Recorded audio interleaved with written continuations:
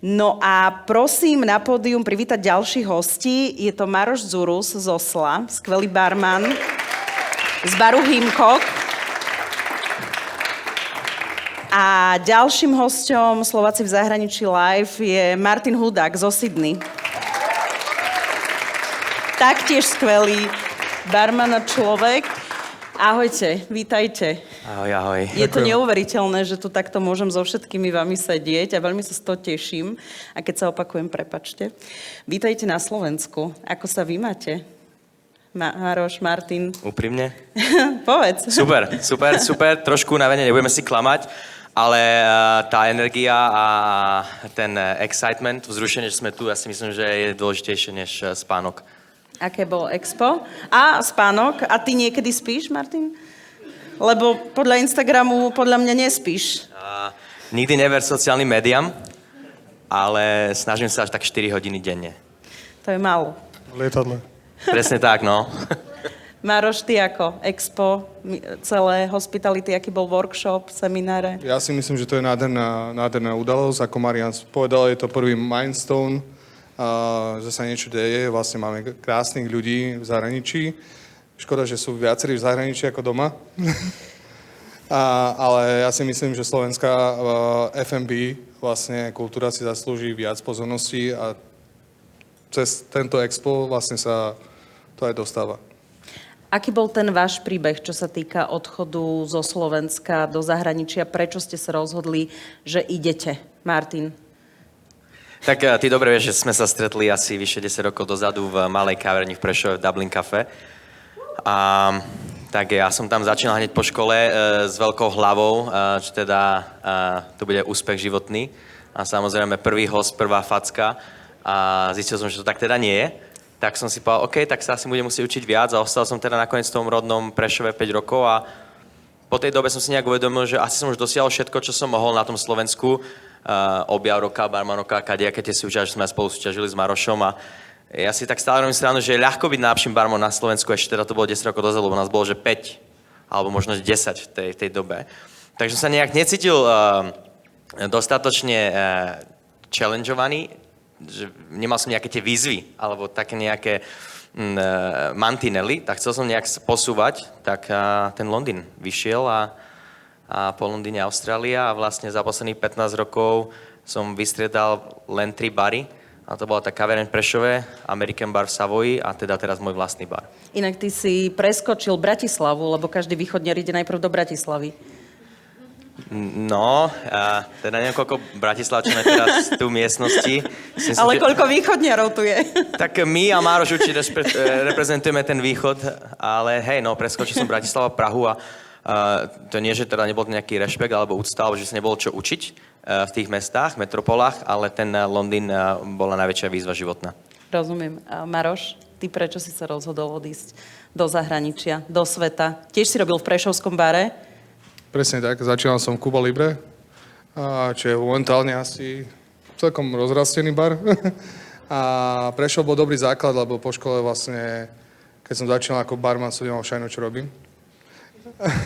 Len tak si išiel, že Len teda... tak, že vieš, pekne spravíme si koktejly, ale nemám šajnu, ako spraviť mojito. Čiže vlastne až Stanley mi otvoril oči. V UFE robil vtedy kurzy barmanské 7-dňové, Stanley. 7-dňové kurzy si robil v UFE.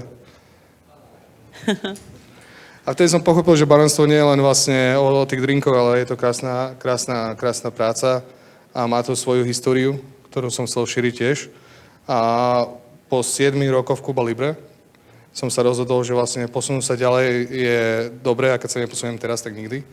A mám takú experience, že vlastne hosťovali sme svadbu pre jedného známeho z Londýna a mal som hosti na bare, ktorý na mňa rozprával anglicky a ja som nerozumel nič. Čiže vlastne tedy som pochopil, že podať tú poslednú časť tej hospitality, keď nerozprávaš s ľuďmi, je veľmi ťažké. Čiže vlastne preto som sa rozhodol odísť preč a mal som na výber ísť do Londýna. Len Londýn je krásne mesto na 5 dní na dovolenku. Marian, tak to preto odišli po 5 dňoch. Nie, ako Londýn je super, len ja už som bol vo veku, keď už nehľadám že by som to mesto ťa vycucia z energie. Všade cestuje ďaleko, je to úžasné mesto, ale necítil som tak, že je to mesto pre mňa. Tak som sa rozhodol, že OK, vyskúšam Škandináviu, prečo nie? Tak som odišiel do Osla s jedným kufrom a po 9 rokoch som stále tam. A dobre.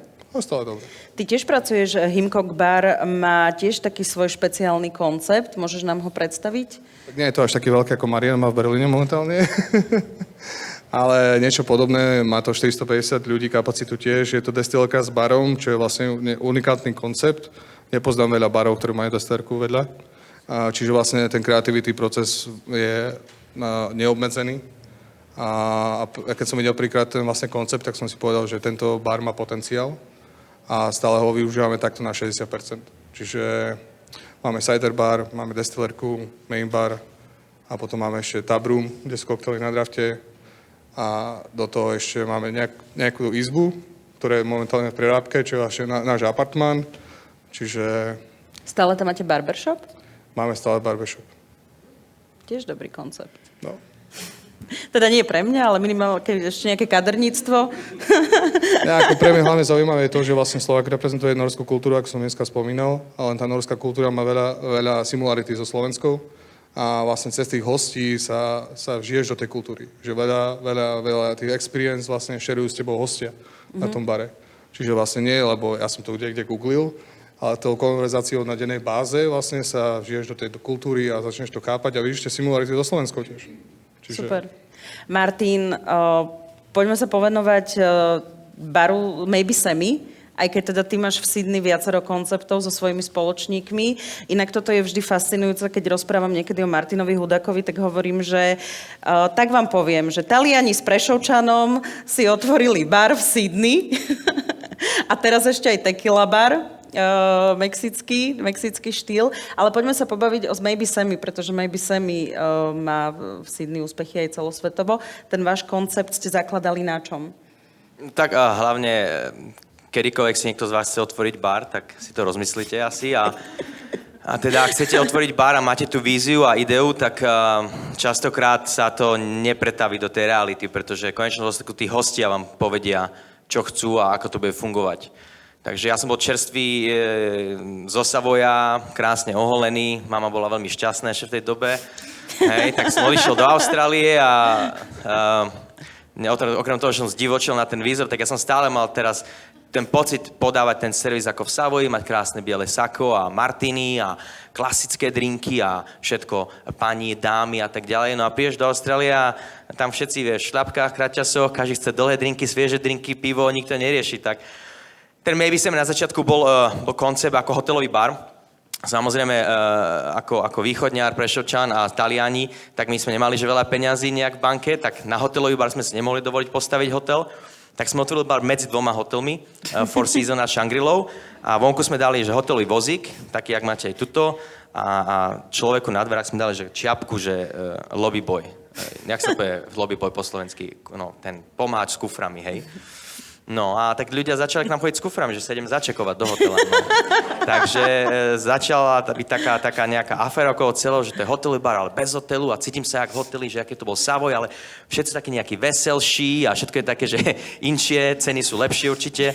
Takže tá idea bola doniesť hotelový bar do Austrálie, ale trošku s takou väčšou uvoľnenosťou a takou jednoduchosťou, ani po slovensky. Make it easy and make it fun. No uvoľnenosťou, akože keď prídete do Maybe Sammy, tak však vy ste tam všetci vybublinkovaní, celý bar. Barmani vytiahnu kadečo, všelijaké hračky tam, drinky na autičkách. Akože... Ako veľa ľudí nevie, prečo my to robíme, lebo na sociálnych sieťach samozrejme vidíte celú tú veľkú show a všetci my sme len taká cirkusantská skupina, že sme sa to nejak dali dokopy. Ale veľa ľudí nevie teda, že prečo vlastne, čo je za tým celým. A ja stále verím, že ja nerobím po hostinských službách len, ale robím v entertainment business. Hej? A pre mňa entertainment business, že business tých zábaví, alebo ako sa to povie, tak je to show business. Hej? My vlastne musíme spraviť tú show, aby ľudia ostali u nás v bare, aby sa vrátili, aby sme mali väčší biznis. A jedno bez druhého nefunguje. A pri všetkej úcte veľa takých barov, kde môžeš prísť na drink, hraje tichá hudba, jazz, dá si jedno martini, barman sa s ňou neprospráva a možno je to, čo chceš. A chceš spať. Napríklad. Ale zase bol také bary, kde si celý večer tancovať a minieš viac peňazí, si myslel a prídeš ešte raz. A to je vlastne celé to maybe semi, teda, že my robíme ten show business a vieme, prečo ho robíme. Super. Čo sa týka napríklad tie bary, neponúkajú len drinky. Vy takisto máte v Himkoku aj jedlo? Mali sme, ale bohužiaľ norská kultúra nie je spojená s tým, že vlastne ideš do baru a ideš jesť. Ideš na večer do reštaurácie a potom ideš buď pred večerou na koktel alebo po večeri. A vy máte aj jedlo? Alebo respektíve také barové snacky? Je to barový snack, že nie je to, že wow, že napríklad, keď piješ do Scarsu, keď som bol u Maťa v Londýne, tak tam kokos, že 12-chodové menu a neskutočne vyšprekované jedlá. Samozrejme, záleží od toho zázemia, aké máš bare, či máš tú kuchyňu a tak ďalej. Takže taký malý barový snack. Rozumiem. Chcela som sa dostať k mojej najobľúbenejšej téme po návšteve Austrálie, pretože nedávno som sa vrátila z Austrálie, kde som sa bola pozrieť aj na Maťové bary, aj na celé gastro a Maťo sa mi smeje, že si všímam veci, ktoré si už on nevšíma a povedala som, že to budem šíriť do sveta všade. A zaujíma ma aj potom pohľad Maroš v Norsku, tak ako si povedal, že teda čo je podobné a čo nie. Voda. Taká jednoduchá vec, že teda sa tu bavíme, že prídeme do kaviarne, do reštaurácie, do baru a v Austrálii vám už tú vodu dobre, že pri dverách nedávajú a ešte sa vás pýtajú, či si dáte teda perlivú a neperlivú.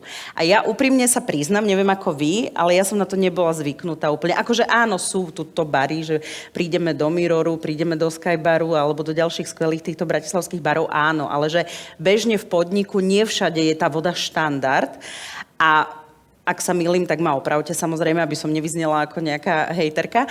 Ale že v Sydney sme boli, keď sme si objednali kávu na letisku alebo kdekoľvek, tak všade to tam bolo perlivá, neperlivá, nech sa páči, tuto je voda na nás, hej. A Maťo sa mi smeje, že teda to je štandard, Oli. Tak toto je. Tak pripomenej ty, že ako je to u vás, ako vy pracujete s touto vodou v podnikoch. Tak samozrejme, ty hovoríš o tej vode a čo stále nechápem, pretože pre mňa to je taká samozrejmosť. Ja si myslím, že keď príde hosť, zákazník do toho baru a dostane nejakú službu a ten servis v podobe produktu, tak to, čo je naviac a čo neočakáva, tak to je ten akt pohostinnosti. Hej? A to je tá pohostinnosť, ktorá je nezištná, ktorú nečakáš a práve, že tá pohostinnosť možno spraví niečo to, čo spravilo tebe, že teraz si úplne si z toho šokovaná. Hej? A my práve u nás, ako v celej tej skupine, v Maybe Group, v každom jednom bare snažíme sa dať niečo extra tým hosťom a možno to bude jednoduchá, lacná vec ako voda, ktorá nestojí nič, alebo možno nejaké, neviem, ochutené oriešky, alebo olivy, alebo to môže byť, ja neviem, podobe nejakej malej sladkosti na odchod a tak ďalej. Čiže ten malý akt pohostinnosti, ktorý dávame naviac, nás nestojí v konečnom dôsledku veľa, ale prekvapí ľudí tak ako teba, že budú o tej vode hovoriť takto na pódiu. Životné ciele, čo ti poviem. Maroš, ako je to s vodou u vás v Norsku? Alebo tak v Norsku je to taký istý štandard ako v Austrálii alebo všade inde vo svete. A my z toho veľkú vedu nerobíme. Ja áno. Je to stále voda. A samozrejme, ako Maťo spomínal, spraviť ten niečo extra pre toho hostia, tiež ho musíš čítať a tú konverzáciu s tým hosťom vlastne. Body language, že nevieš, či má náhodou narodiny alebo čo. Čiže vlastne je to o tom, že vlastne si aj psycholog. A vlastne musíš čítať aj vlastne toho hostia pred tebou, lebo niekedy sa stáva to, že vlastne ako napríklad voda, že je samozrejmosťou, ale my učíme napríklad náš tým nefollowovať rules alebo nenasledovať pravidlá do bodky, lebo to záleží od tej situácie, v ktorej si. Čiže niekedy, napríklad my máme teraz problém nielen s vodou, ale napríklad máme problém so servisom, že napríklad waiters chodí veľmi často na ten stôl, lebo tak bola naučená, ale je dobre používať mozog a vidieť toho človeka. Aha, že akože neotravovať. Presne tak. Že nechajte ma najesť. Lebo vlastne, čo ja vidím napríklad na to teraz odvody, že vlastne, čo vidím na novej generácii, že tí ľudia sa boja rozmýšľať, že, a ja hovorím každému, že it's okay to think. Že dobre je rozmýšľať, lebo vtedy viem, že robíš niečo extra. Dobrý postreh. Nefollowuj, čo ti povieme, aby si robil, ale proste daj tomu človeku niečo extra, ale to je na tom momente. A musíš nad tým rozmýšľať.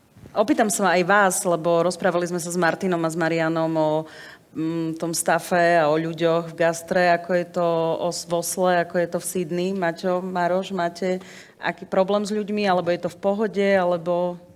Ja si myslím, že Sydney je destinácia a veľa ľudí, ktorí tam vyšli sa len pozrieť, sa už nevrátilo. Tak som mi schmatol. A samozrejme je ťažké dostať víza a pracovať legálne v tej Austrálii, a hlavne pre Slovákov do určitého veku a tak ďalej, veľa podmienok, ale už keď si tam, tak ja si myslím, že neexistuje lepšia krajina na svete pre súkromný, pokojný život a ten pracovný, ktorý je vybalancovaný. A momentálne máme veľmi dobré podmienky, čo týka zamestnancov. Otvárame viacero projektov koncom tohto roka a máme to šťastie, že tí ľudia nám posielajú na dennej báze životopisy. To už aké sú tie životopisy, tak to už nechcem ísť do detailov, ale máme to šťastie teda, že každý chce byť barman Maybe Semi a každý chce robiť so mnou, lenže oni nevedia, že ja tam není som a že teda Maybe Semi má len 3 barové stanice, takže... Alebo nevedia, že si aj prísny, že? Tak hej, no mám také akože... Mám také nejakú fámu v Sydney a teda v Austrálii, že som veľmi prísny, teda ten majiteľ, šéf alebo manažer, čokoľvek. Takže jasné, ja som ako veselá kopa, sociálne médiá jedno s druhým, ale keď je o práci, tak ja mám vysoké nároky a prvom rade na seba. A potom až na mojich kolegov. Maroš, ľudia a personál v Osle, ako je to? Tak minulý rok to bolo ťažšie, lebo počas korony vlastne, keď sa pozrieme na gastronómiu v Norsku, tak vlastne 80% nie je noru. Čiže nie každý si to dokáže zabezpečiť životný štýl v Norsku. Už keď sa tam dostane, že je to také ako Austrália, už je to v pohode, len tie základné štartovné náklady sú trošku vyššie. A momentálne sme veľmi dobrí na tom. Vlastne ľudia sa začali vrácať do Norska, začali zase štartovať žiť tam. Lebo minulý roku sa vlastne veľa ľudí rozhodlo, že sa vráti naspäť do svojich krajín, pokiaľ nemáš prácu. Takže je to lepšie, no ale tak teraz ako nemám problém s tým. Ja mám tým momentálne 17 ľudí, 18, ešte stále hľadáme niekoho, len ja neberiem každého, vieš. Ja sa rozhodnem, nie aký máš skills, ale aký človek si. Čiže pozeráš sa aj na tú osobnosť. Áno, pokiaľ si fake, tak bohužiaľ nemáš čo tam robiť. Pokiaľ si pokorný, pracovitý a chceš robiť, tak ja ti dám všetky tools, aby si dosiahol to, čo chceš. A tak to je asi všade, že sa asi to tak zhodneme.